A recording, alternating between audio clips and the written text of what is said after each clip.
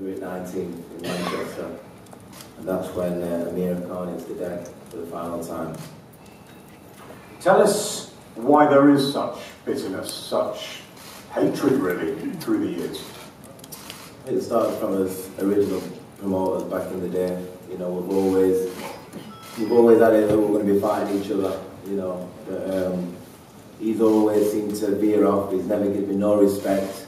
He's never acknowledged me. You know, he's never, you know, he's saying fight this guy and I'll fight you. If you win a world title, I'll fight you.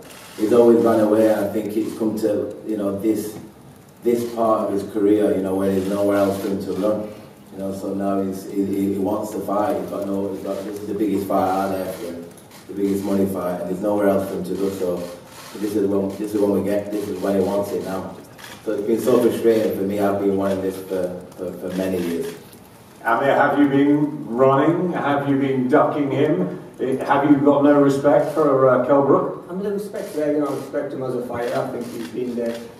He's fought the big name there. But to be honest with you, I'm never been one to be scared of any fighter. I mean, look, in my last 10 fights, if you look at them, in the last 10 years, I fought two of the best pound-for-pound fighters. Maybe got beat, but still, you know, I'm fighting the best out there. Never ran from Kell, never needed to. Obviously, what I've achieved in the sport speaks for itself. And but look, we're here now. There's no point crying about the past. I mean, at that time, in the past, I didn't think he deserved the fight. But now it's come to a stage where I'm waiting to give a good shot right in the face, you know what I mean? I want to put him in his place. I mean, that's what it's all about at the end of the day. You know, all that talking has been given, all that big talking has been saying, I'm going to do this, I'm going to do that. Come Feb 19, you know, it's going to be time to see what he's going to do, how he's going to back them words up. Why don't you think he's deserved this fight? I mean, you shared a ring many years ago when you were both in young England. You've obviously known his quality. Why not give him a fight till now? I mean, look, it's like I'm coming levels down taking this fight.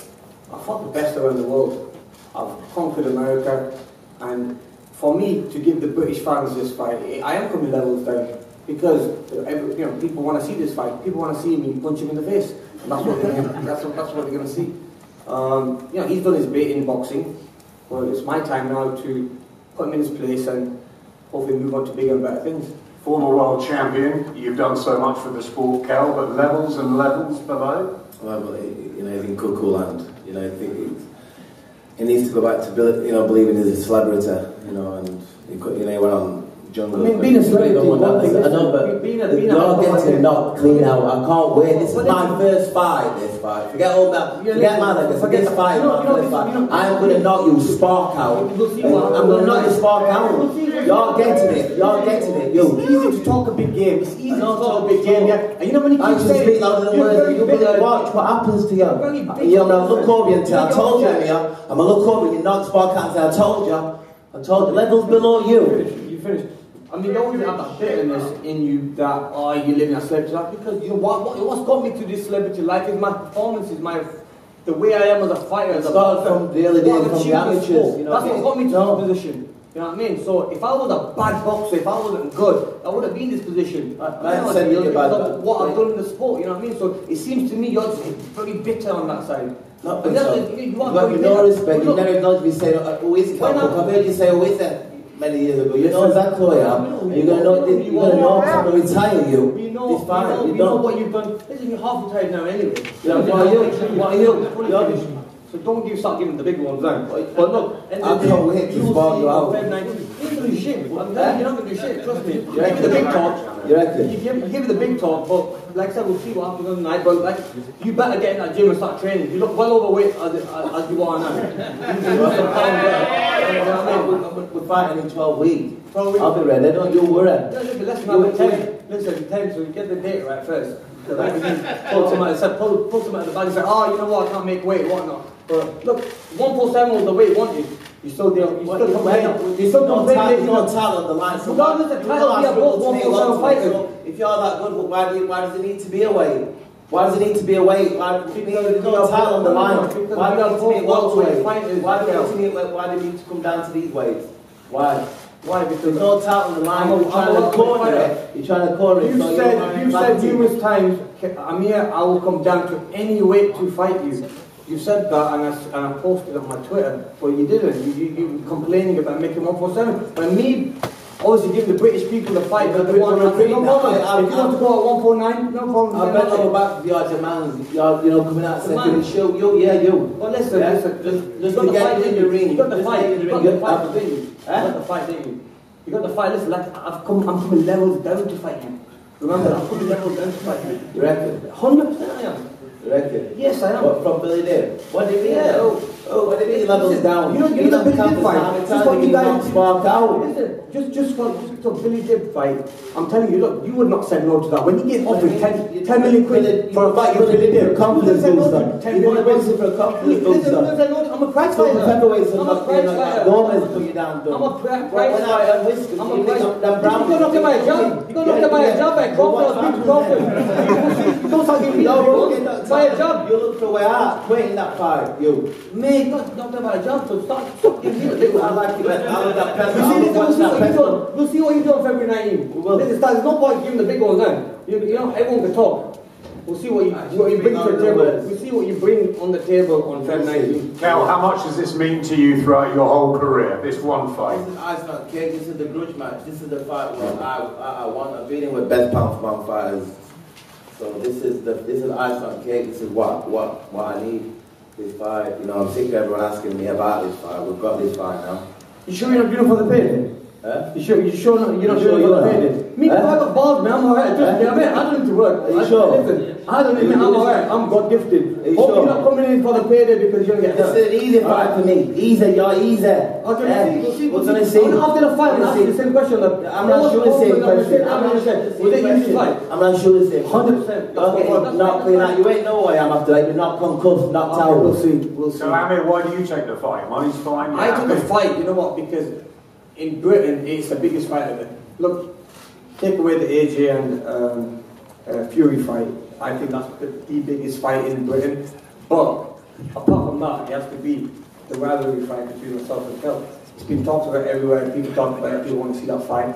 And I decided that, look, we should make that fight happen. End of the day, we should put our egos to a side and say, let's put the gloves on and take it out. Look, I respect him, he's a fighter. You know, end of the day, anyone to jump, whoever goes into that square circle, you have to give him credit. You're putting your life on the line. Down sign, we sign, and now it's time. So there is some respect. Well, it's the first time I've heard it. It's the first time I've heard any respect from him. But believe you me, after this fight, you know, if you can remember me, then we'll give him the respect when it comes round. Is it about bragging rights as well? Of course it's about bragging rights. You know, I'm still the best welterweight in Britain. And I'm sure everyone who's going to watch this fight, everyone's going to watch this fight because of the grudge match, because of the history in running away, never wanted the fight. You know, man, I was never running away, Cal. Why did that fight not happen? I was campaigning in America. Why didn't it happen till now? I was fighting the bigger names. I was fighting the bigger fights. My dream was always to fight in America, to become a. You don't want to lose to another Brit. That's what it is. You'll fight these Mexicans and all the other fighters. Bigger fights in America. No, but this is the fight the fans want. We want this. We're on this table for the fans. So I want to give the fight to the fans. Why it took till now for the fans to have it? I want to give back to the fans for many years. Regardless, it was then or now. They're getting out of it. That's the main thing. We're doing it for the fans now. You know what I mean? So they're happy. We're going to give them a massive fight. Come February 19, we're both going to perform at our best. And we're going to be ready for it. I mean, it's going to be fighters. Make sure you turn up. Don't, please. Me? This is a big thing for you too. Which fight have I never turned up? Which fight have I never turned up? You're being inspired. Listen, you'll make sure you turn up for that. Listen, better if you stay quiet because the shit coming out of you. That doesn't make sense. So you better stay quiet because I mean, Kel says he'll knock you out. You're going to knock him out? This fight ain't going to go for 12 rounds. Alright? And obviously Kel's going to say, I got this, I got chocolate brownies, you ain't got shit. And we ain't got nothing. We see what happens on the night. Listen, I'm not going to give a prediction, but like I said, only prediction I'm going to say is that it's not going to go 12. How important is it that it's in Manchester, that it's in Britain, that it's the biggest fight of next year? So there was huge deals on the table. Dubai was interested in doing this fight, Saudi Arabia, but we wanted this fight to be in the UK, and also to have Sky on board. Obviously, is amazing, and I think it's very important to have it in the UK. You know, for the British fans, give them the chance to see it live. instead of it being a different hours in the day. But yeah, I mean, to have them, give them a chance to come and enjoy the fight and see the fight will be massive, you know. So being in Manchester, the MEN Arena, where I've had some great experiences, it's going to be right there, and not far from either. Obviously, Kel's from Sheffield, which is not far, and I'm from Bolton, so it's literally in between. Kel, the Battle of the North, Lancashire, Yorkshire rivalry as well. It's got everything, hasn't it? I boxed Matthew out in the War of the Worlds, and this one obviously blinds it, and it's to see what the King of the North is in. Have you been dreaming of this night? I mean, we have been. You were talking every time we beat you at this fight. You know, it's a fight that I'm so happy that the fans are finally going to get. I can't wait to start training camp, and like I said, this is my first fight. Forget me winning world titles. This fight to me means everything. I can't wait. You know. And you're training out with Terence Crawford in America, and you're ready for it? Yeah, definitely. My training camp's well started. We've been training the last couple of months. I go to America tomorrow to start my camp properly. Got a great team there. Beaumont couldn't make it. Obviously, he had someone in the family passed away, so he couldn't make it. But yeah, camp's going to be good. It's going to be hard, and yeah, I'm going to enjoy it. You know, it's going to be tough, but it's what I like. You're excited about this one? I mean, I'm really excited. You know, I definitely have to be excited. You know, I've got Kel on the side screaming like a bitch, but I'm going to be ready, man. This for me is a massive fight.